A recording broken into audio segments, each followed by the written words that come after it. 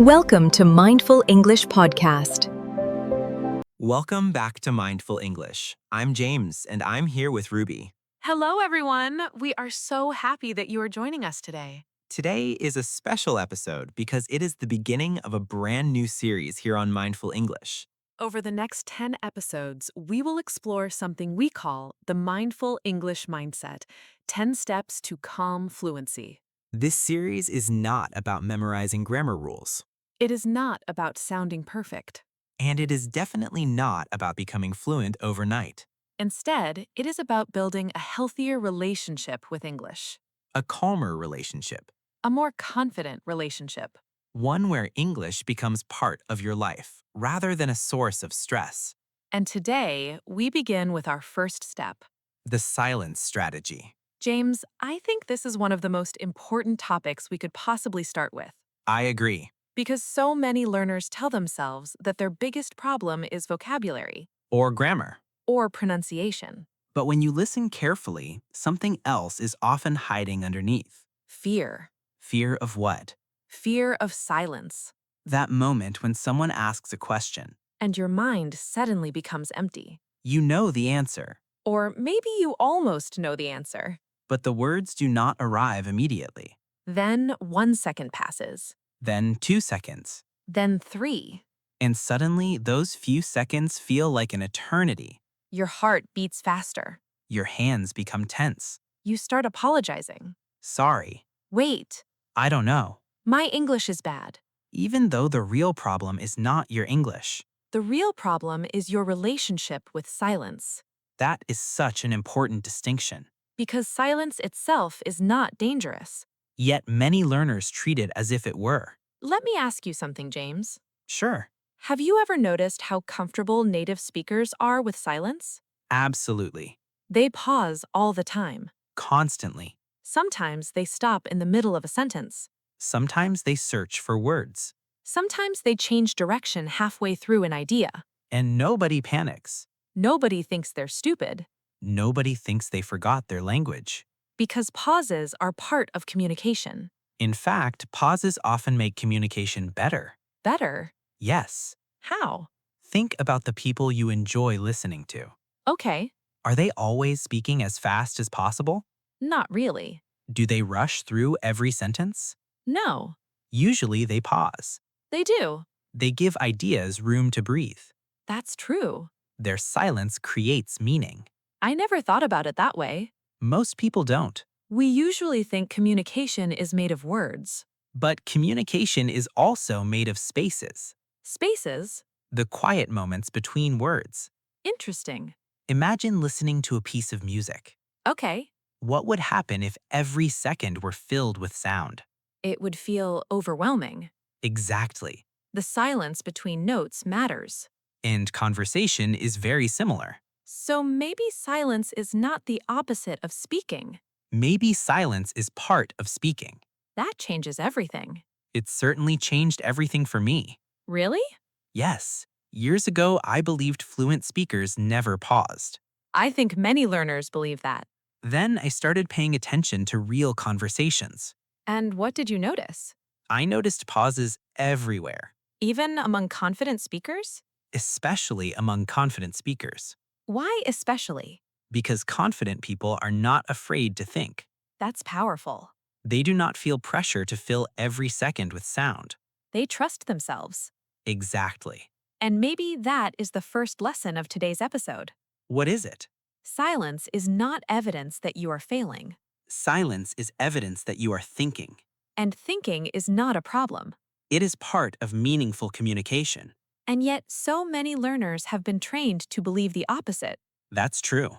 They believe that if they stop speaking for even a moment, People will judge them or lose patience with them. or think they are not intelligent. But let's examine that belief for a moment. Okay, imagine you're having a conversation with a friend. I'm imagining it. Your friend pauses for 3 seconds before answering a question. Right. What is your first thought? Honestly, probably nothing. Exactly. I might assume they're thinking Or choosing their words carefully. or remembering something. But you probably wouldn't think they were a failure. Of course not. Yet when we pause ourselves, we create a completely different story. That's very true.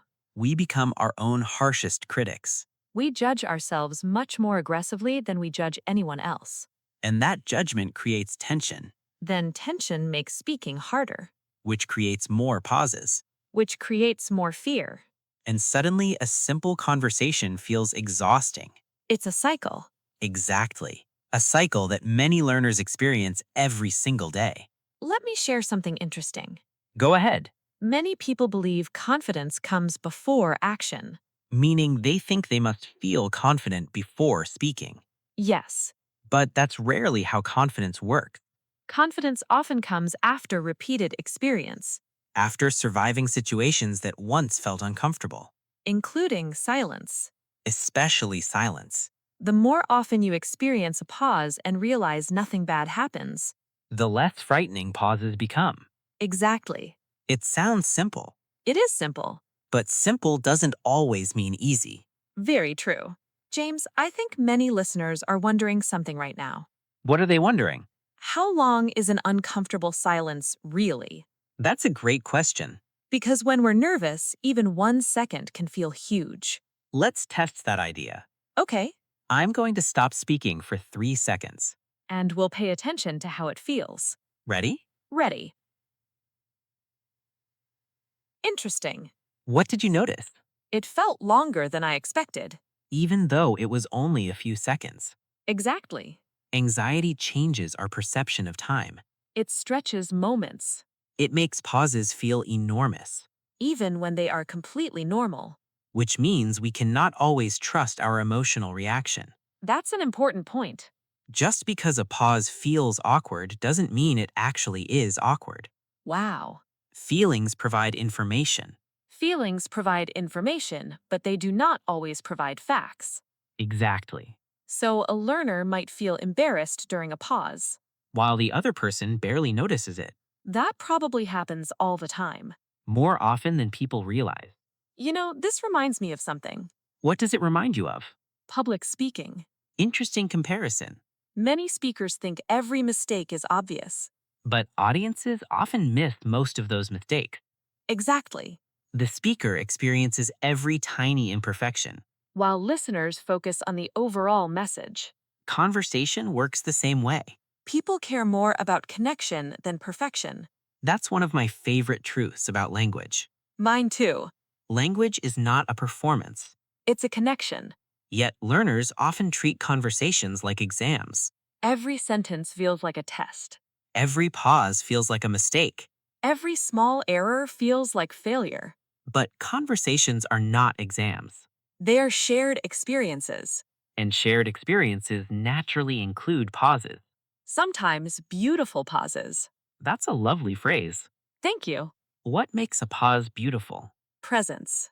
Tell me more. Imagine talking with someone who listens carefully. Okay, They don't rush to answer. right. They take a moment. To absorb what was said. Exactly. That pause can feel respectful, Thoughtful. genuine. Human. So perhaps silence is not empty. Perhaps silence contains attention. I love that idea. Me too. Let's talk about another reason learners fear silence. Good idea. What is it? Many people secretly believe that fluency means speed. Yes, They think fluent speakers answer instantly, without hesitation, without pauses. without uncertainty. But real fluency is much deeper than speed. How would you define it? I would say fluency is comfort. Comfort, Comfort with communication. even when things are imperfect. Exactly. Even when you need a moment to think. Even when you forget a word. Even when you make a mistake. Because communication continues. That's a very different definition from what many learners expect. It is. And honestly, it feels much healthier. I think so too. Maybe the goal isn't to eliminate silence. Maybe the goal is to become comfortable with it. And that changes the entire learning journey. It certainly does. Because once you stop fighting silence, You can start using it. and that brings us to something very practical. What is it? How can learners actually make peace with silence in everyday conversations?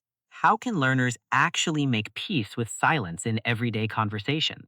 That's the question everyone is waiting for. And fortunately, the answer is simpler than many people expect. I like simple answers. Me too. So, where do we begin? We begin by changing one small habit, Which habit? apologizing for every pause. Ah, that's a big one. It really is. Many learners do it automatically, almost without thinking. Someone asks a question They pause, and immediately say, sorry, or my English is terrible, or I can't speak English. even though they are literally speaking English in that moment. That's true. Think about that for a second. It's a little ironic, Someone successfully communicates a complete idea. then apologizes for not being able to communicate. Exactly. So, what should they do instead? Nothing. Nothing? Just pause? Just pause. That sounds almost too easy. Sometimes the most powerful changes are surprisingly small. So instead of filling the silence with self-criticism, Simply allow the silence to exist. I like that. Imagine you're searching for a word. Okay. Instead of saying, sorry, my English is bad, You pause. you think, You breathe. and then continue. That already sounds more confident. Because confidence is not always speaking quickly. Sometimes confidence is remaining calm. Exactly. You know, breathing seems important here. Very important. Why? Because fear and breathing are deeply connected. Explain that. When people become nervous, their breathing often becomes shallow. Faster, too. Much faster. And then their thoughts become more chaotic, Yes, which makes speaking harder. exactly. So, what can learners do? The next time you pause during a conversation, take one slow breath. Just one? Just one. That's manageable. Very manageable. One breath can create enough space for a thought to appear. And enough calm for a sentence to form. I think many people underestimate the power of breathing. Absolutely. They search for better grammar, Better vocabulary, better pronunciation. while completely ignoring their nervous system. That's such an interesting point. Language learning is not only intellectual, It's emotional, too. very emotional. Fear affects language. Confidence affects language. Stress affects language. Everything is connected. James, can I share a personal observation? Of course. I've noticed that many learners are actually better speakers than they think. I agree completely. Their biggest obstacle is not lack of ability. It's lack of trust. Exactly. They don't trust themselves. They don't trust their memory. They don't trust their vocabulary. They don't trust their ability to recover from mistakes. And because they don't trust themselves, They panic whenever silence appears, but trust grows through experience. not through perfection. That's worth repeating. Trust grows through experience, not through perfection. Every time you survive a pause, Your confidence grows a little. every time you continue speaking after forgetting a word, Your confidence grows a little more. every time you stay calm instead of apologizing, Confidence grows again. small moments create big changes. They really do. Let's talk about another practical technique. Good idea. What is it? Learning natural pause phrases. Ah, that's useful. Very useful. Because native speakers don't always stay completely silent when thinking. Correct. They often use simple phrases, Exactly. such as, Let me think. nice, That's a good question. very natural. Give me a second. I hear that one often. How can I explain this? That's a great one. These phrases are not signs of weakness. They are communication tools. Exactly. They tell the listener what is happening, Which removes pressure. because now the silence has a purpose. Right. The listener understands your thinking. And thinking is normal. Very normal. In fact, thoughtful speakers often use these phrases regularly. That's true. So learners shouldn't feel embarrassed about them. Not at all. They should see them as useful tools. Tools that create breathing room. Exactly. I have another question. Go ahead. What if someone is afraid of silence because of past experiences? That's an important topic. Maybe a teacher interrupted them, Or classmates laughed. or family members were impatient. That happens more often than people realize. Experiences leave marks, They do. especially emotional experiences. Yes. So, what would you say to someone carrying those memories? I would remind them that one difficult experience does not define every future conversation. That's beautiful, The past can teach us. but it doesn't have to control us. Exactly. A learner may have been judged once. But that doesn't mean everyone will judge them. They may have been interrupted once. But that doesn't mean everyone is impatient. They may have felt embarrassed once. But embarrassment is not a permanent identity. That's a powerful reminder, We all deserve the opportunity to begin again, including in language learning, especially in language learning. because every conversation is a new opportunity, A new opportunity to practice trust. a new opportunity to practice patience, A new opportunity to practice calmness. and perhaps a new opportunity to redefine silence itself, Not as an enemy, but as a companion. a quiet companion on the journey to fluency. A quiet companion on the journey to fluency. I love that image. Me too. Because when we stop fighting silence, something interesting happens. What happens? We begin to notice things we couldn't notice before. Such as? Our thoughts, That's true. our emotions, Yes, the other person's words. that's an important one. Many people are so focused on what they will say next that they barely hear what is being said. I think a lot of learners can relate to that. Someone starts talking, And instead of listening, the learner starts preparing an answer, Word by word. sentence by sentence. Worry by worry. Exactly. then what happens? They miss half of the conversation. Because their attention is somewhere else. Right. That's exhausting. Very exhausting. And ironically, it often makes communication harder. Much harder. So silence can actually help us become better listeners. Absolutely. That's interesting because most people think today's episode is about speaking. But speaking and listening are connected. Deeply connected. When we become comfortable with silence, we stop rushing. And when we stop rushing, we listen better. And when we listen better, we respond better. Everything becomes smoother. Exactly. You know, James, this reminds me of a lesson I learned years ago. What lesson? That conversations are not races. I like that. Nobody wins because they speak the fastest. That's true. Nobody receives a prize for answering in 2 seconds. Not at all. Yet learners often behave as if speed is the ultimate goal. Probably because speed looks impressive. Yes, But appearances can be misleading. very misleading. Some people speak quickly and communicate poorly. That's true. Others speak slowly and communicate beautifully. I've met many people like that. Me too. Their words feel intentional, Thoughtful. calm, Clear. and perhaps that is what many learners actually want. Not speed. Clarity, Not perfection. connection, Not performance. presence. Presence is such a powerful word. It really is. What does presence mean to you? Being fully here. In this moment? Exactly. Not worrying about the last sentence. Not worrying about the next sentence. Just being here. Listening, Thinking. speaking. One moment at a time. That's where real communication happens. And silence can help us return to that state.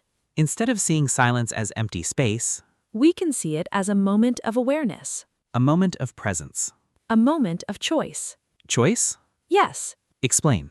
When we rush, we often speak automatically. That's true.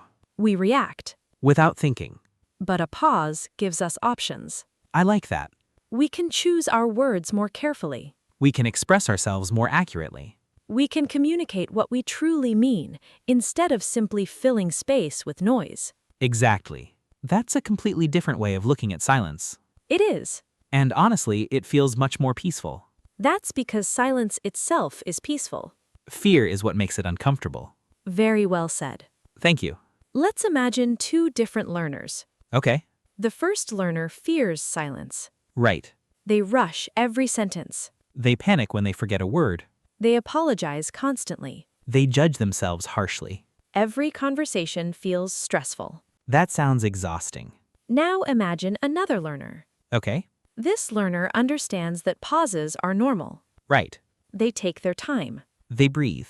They listen carefully. They allow themselves to think. They make mistakes without panic. They continue speaking anyway. Which learner do you think will improve faster? Definitely the second one. I agree. Not because they are more talented. But because they are less afraid. Fear consumes energy. A lot of energy. Energy that could be used for learning. Exactly. That's why mindset matters so much. which is the entire purpose of this series. Yes, The mindful English mindset is not about tricks, it's about changing the way we think. because when our thinking changes, Our behavior changes. and when our behavior changes, Our results change. beautifully said. Thank you. Before we finish today's conversation, I'd like to share a simple exercise. I think our listeners will appreciate that. I hope so. What is the exercise? It's called the 5-second pause practice, That sounds interesting. and surprisingly powerful. Tell us how it works. For the next few days, whenever you practice English alone, Okay. give yourself permission to pause for 5 full seconds before answering a question. 5 seconds. 5 seconds. That's longer than many people expect. Exactly. And what's the goal? To teach your brain that silence is safe, I love that. because safety creates confidence. And confidence creates fluency. Little by little, Day by day.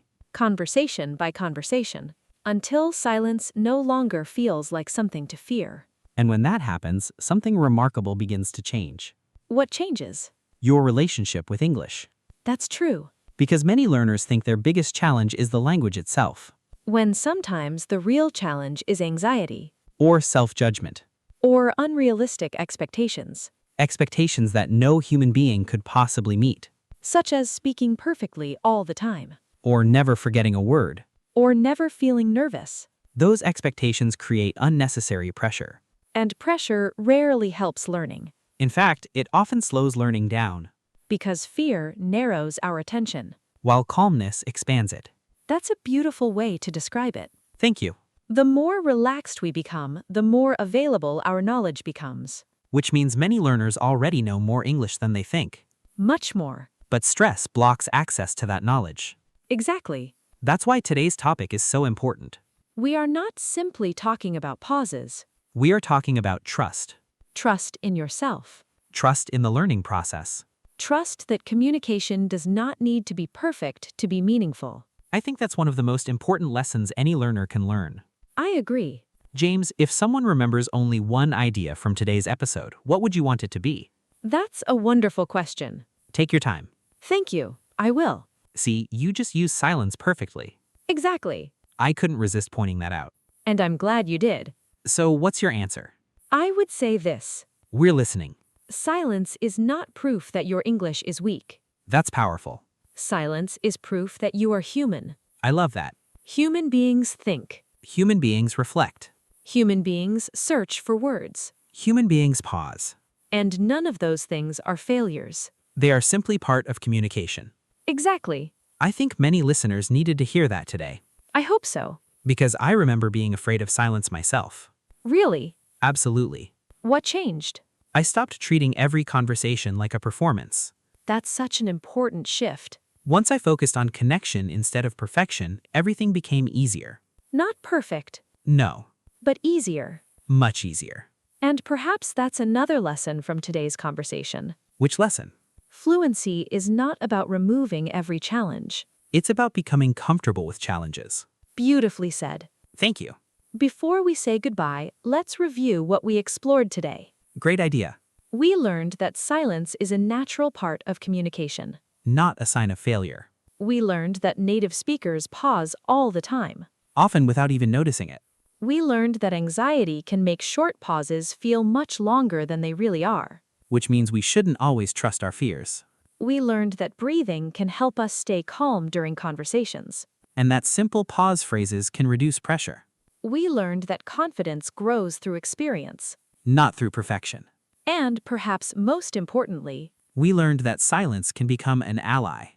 not an enemy. A quiet companion on the journey toward fluency. Exactly. If you're listening right now, we'd like to leave you with a small challenge. The challenge is simple. During your next English conversation, Allow yourself one intentional pause. just one. Don't apologize for it. Don't panic. Don't rush to fill the silence. Simply breathe. Think Speak. and continue. Then notice what happens. You may discover that the pause wasn't a problem at all. You may discover that nobody minded. You may even discover that you felt calmer. And that calmness is exactly what this series is all about. building calm fluency one step at a time. Thank you for joining us for episode 1 of the Mindful English Mindset 10 Steps to Calm Fluency.